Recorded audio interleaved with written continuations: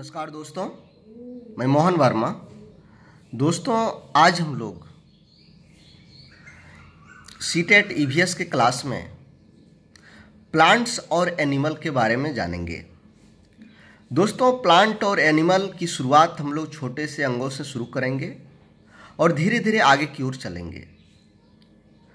तो आज इस एपिसोड में हम लोग कोशिका, जंतु और पादप कोशिका के विभिन्न भाग, विभिन्न कार्य, इसके बारे में देखने वाले हैं। चलिए शुरू करते हैं। सबसे पहले हम लोग बात करते हैं कि कोशिका की खोज किसने किया और किस प्रकार किया। कोशिका का खोज किसने किया और किस प्रकार किया। आप सभी जान रहे होंगे रॉबर्ट हुक के बारे में। रॉबर्ट हुक ने आपका कोशिका का खोज किया था 1665 ईस्वी में। दोस्तों, उसने कैसे किया इसके बारे में थोड़ा सा यहाँ हम लोग देखते हैं। एक कॉर्क लिया था उसने। कॉर्क मतलब हम जिसको कह सकते हैं पेड़ की छाल का पतली परत। पेड़ की छाल, ये पेड़ का छाल था और इसका पतली परत को जब उन्होंने माइक्रोस्कोप में देखा तो वहाँ पर आप मधुमक्खी का छत्ता देखते होंगे। इस तरह का मधुमक्खी का छत्ता आपको दिखाई पड़ेगा। इसी तरह का उसने देखा, जो एक कोष्ठ दूसरे कोष्ठ से अलग था। सभी कोष्ठ अलग अलग थे और ये कोष्ठ एक दीवार से अलग था। इसने देखा और ये जो प्रत्येक कोष्ठ देखा, इसी प्रत्येक कोष्ठ का नाम रॉबर्ट हुक ने कोशिका दिया। क्या नाम दिया? कोशिका। देखिए यहां पर रॉबर्ट हुक ने कॉर्क की पतली परत में मधुमक्खी के छत्ते जैसे बहुत से छोटे छोटे कमरा देखा।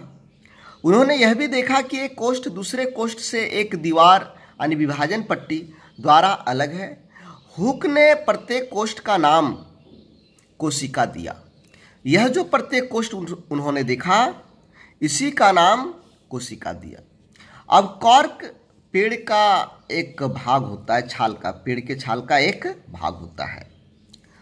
दोस्तों, सभी सजीव असंख्य सूक्ष्म इकाइयों से बना है, जिसे कोशिका कहते हैं।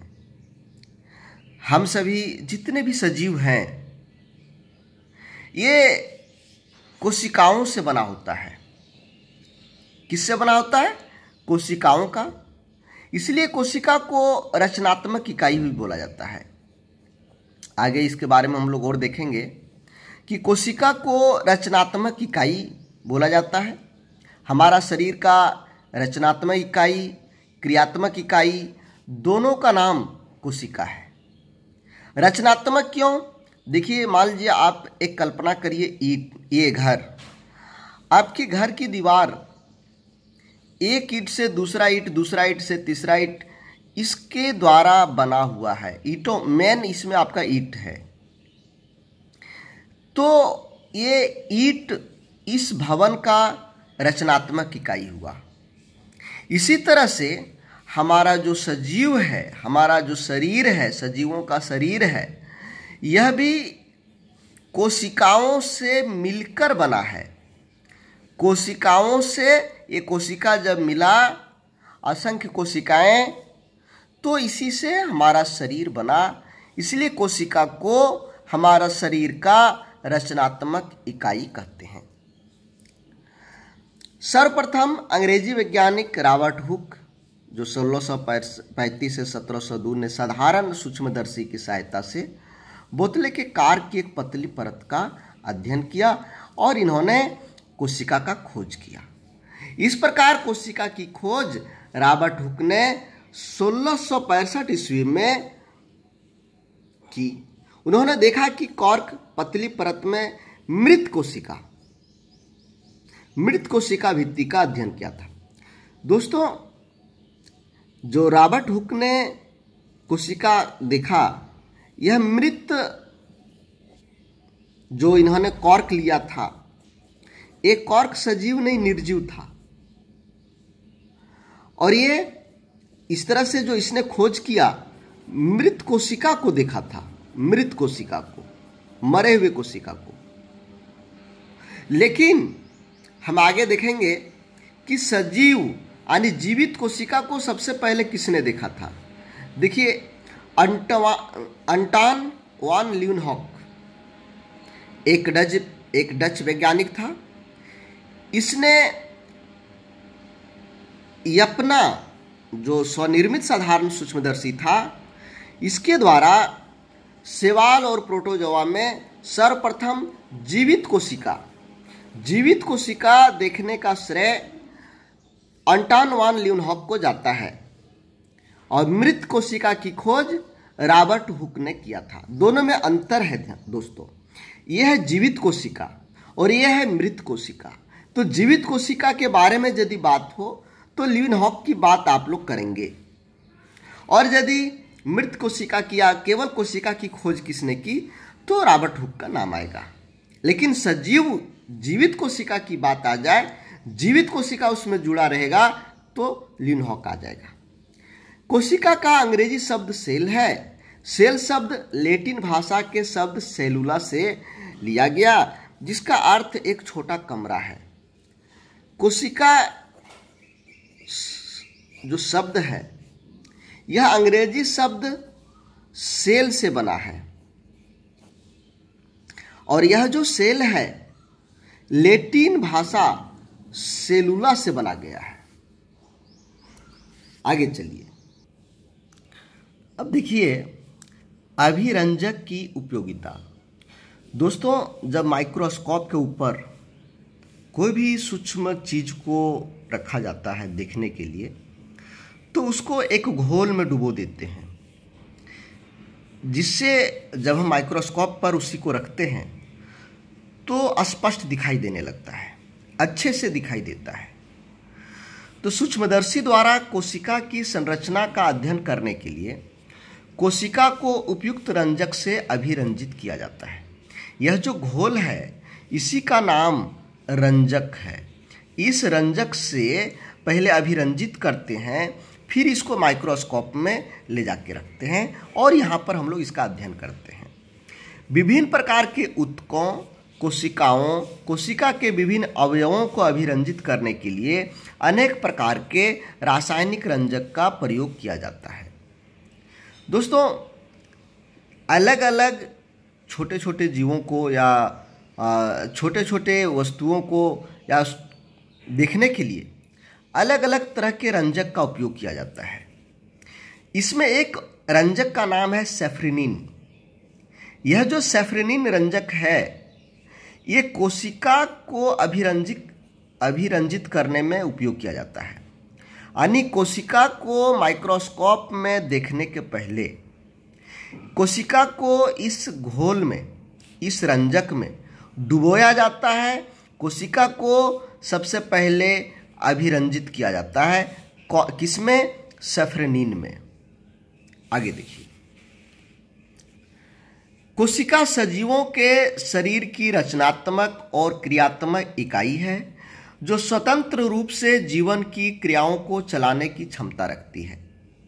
दोस्तों, हमने इसके पहले भी बात किया कि हमारा जो सजीव है, सजीव का शरीर का रचनात्मक और क्रियात्मक इकाई कोशिका है। आप आगे पढ़ेंगे कि कुछ एक कोशिकीय जीव होता है, केवल एक कोशिका, जिसमें अन्य कोशिका नहीं, एकमात्र कोशिका। और हम लोगों में तो असंख्य कोशिकाएं, हजारों करोड़ों अरबों खरबों कोशिकाएं हैं। तो एक कोशिका से ही अपना जीवन चलाता है, इसीलिए हम कोशिका को क्रियात्मक इकाई भी बोलते हैं। आगे चलिए, कोशिका विभिन्न पदार्थों का वह संगठित रूप है जो स्वतः जनन का सामर्थ्य रखती है, अतः कोशिका जीवन की मूलभूत इकाई है। जब हम कोशिका की बात कर रहे हैं तो कोशिका में विभिन्न पदार्थों का सूक्ष्म और संगठित रूप रहता है। आगे हम लोग देखेंगे कोशिका में केंद्रक रहता है, केंद्रक के अंदर गुणसूत्र रहता है, इसके बाहर माइटोकॉन्ड्रिया रहता है, गोल्जी काय रहता है, आपका रिक्तिका रहता है, बहुत सारे चीज़ें राइबोसोम वगैरह रहता है। ये झिल्ली कहलाता है बाहर वाली को। इसका काम क्या है, कोशिका द्रव्य कहाँ रहता है, ये सभी चीज़ें हम लोग आगे देखेंगे। तो यह जो कोशिका है, यहाँ पर देखिए विभिन्न चीज़ों का संगठित रूप। आप कोई भी सजीव का कोशिका ले लें, सब में आपको केंद्रक मिलेगा बीचों में। केंद्रक के अंदर गुणसूत्र मिलेगा सभी में। गुणसूत्र के ऊपर दानेदार रूप से जीन मिलेगा।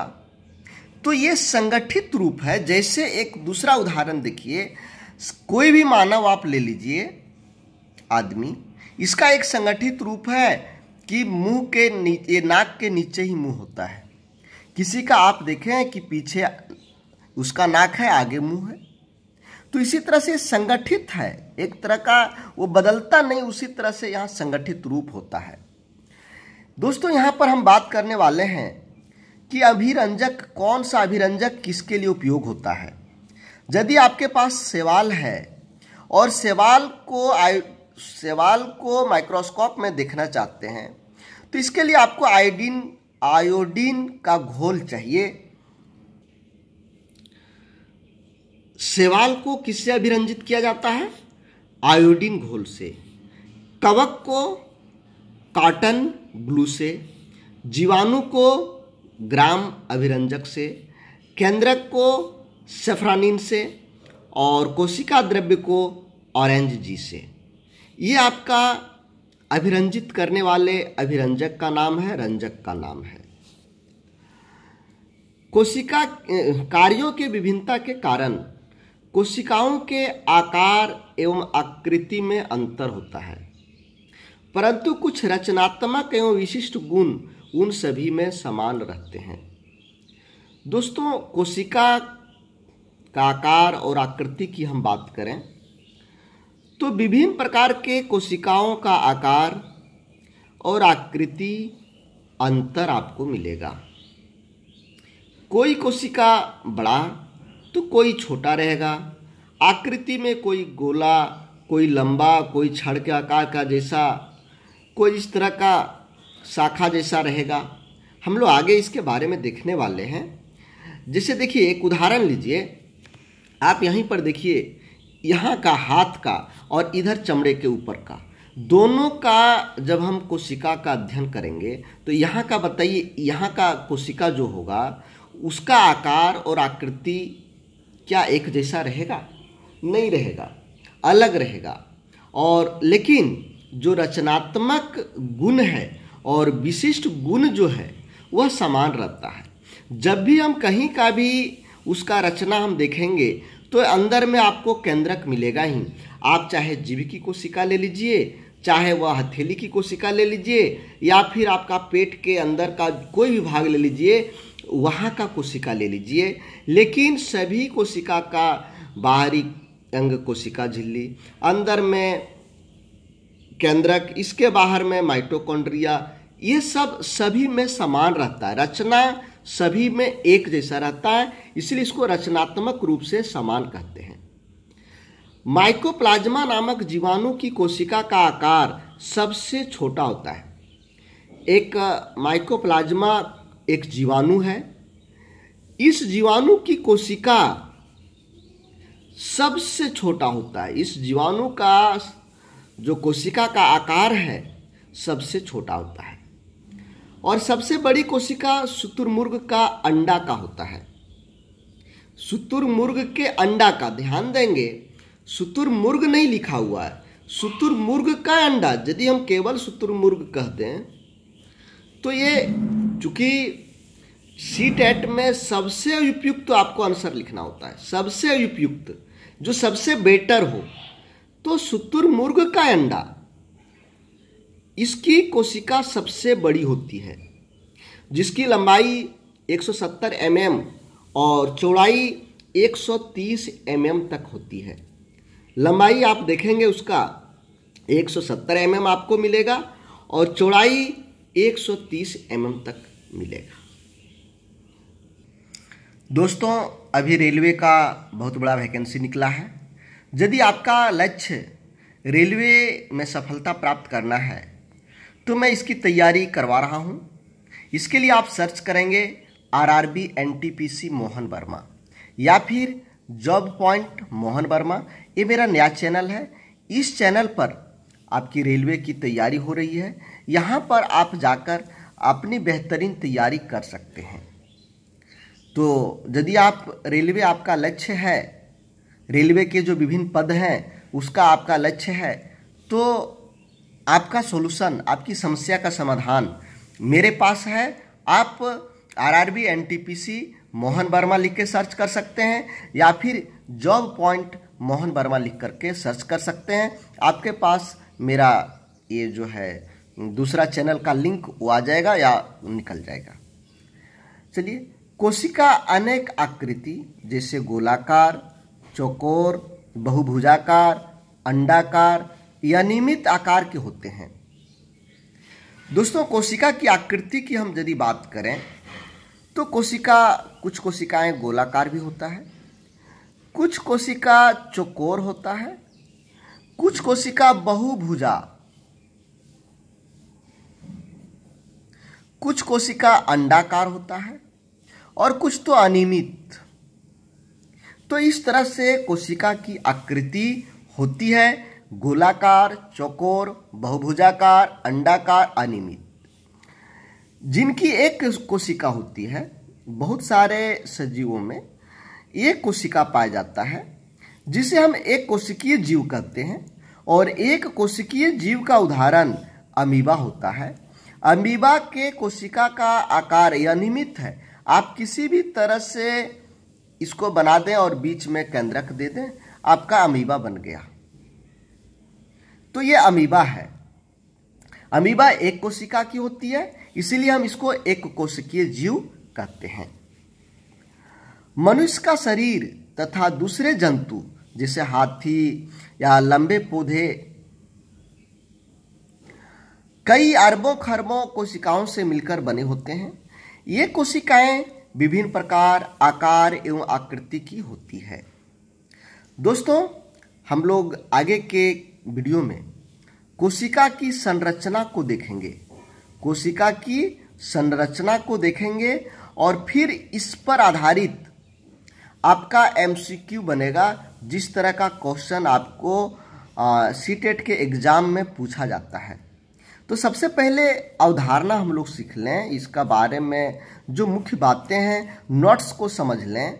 जब आप नोट्स को समझ लेंगे तो MCQ जो दिया रहेगा, बहुवैकल्पिक प्रश्न जो आपके रहेंगे, उसको चुनने में आसानी होगी और तब ज़्यादा अच्छे से समझ सकते हैं। इसलिए मैं पहले आपको नोट्स पढ़ाऊंगा और बाद में इस पर आधारित प्रश्न दूंगा। कल का एपिसोड आपका ये कोशिका की संरचना पर रहेगा और परसों कोशिका से संरचना यानी पूरा प्लांट के कोशिका से संबंधित, प्लांट और ये एनिमल कोशिका से संबंधित MCQ रहेंगे जो लगभग 50 रहेगा। तो दोस्तों, यदि आपकी तैयारी बेहतरीन, आप अपनी तैयारी को बेहतरीन करने चाहते हैं तो मेरे साथ जुड़े रहें। मेरा ये WhatsApp नंबर है, आप इसमें जुड़ करके इन सभी का PDF आप प्राप्त कर सकते हैं, नोट्स प्राप्त कर सकते हैं, होमवर्क प्राप्त कर सकते हैं और साप्ताहिक जो टेस्ट है प्रैक्टिस सेट, प्रैक्टिस जब जब आप करेंगे दोस्तों आपको परफेक्ट बनाएगा। प्रैक्टिस आदमी को परफेक्ट बना देता है। तो ये प्रैक्टिस सेट मिलेगा, होमवर्क मिलेगा, नोट्स मिलेगा। ये सभी मात्र 301 बार फी है। इस फी से आपको इस WhatsApp ग्रुप में जुड़ने का मौका मिलेगा और यहाँ पर बेहतरीन तैयारी आपकी करवाई जाएगी। जहाँ पर आप कमज़ोर पड़ेंगे उस टॉपिक को फिर से समझाने का प्रयास किया जाएगा। तो हम समझते हैं दोस्तों, आज बस इतना ही। कल फिर हम लोग मिलते हैं कोशिका की संरचना के साथ में। जय हिंद, जय भारत।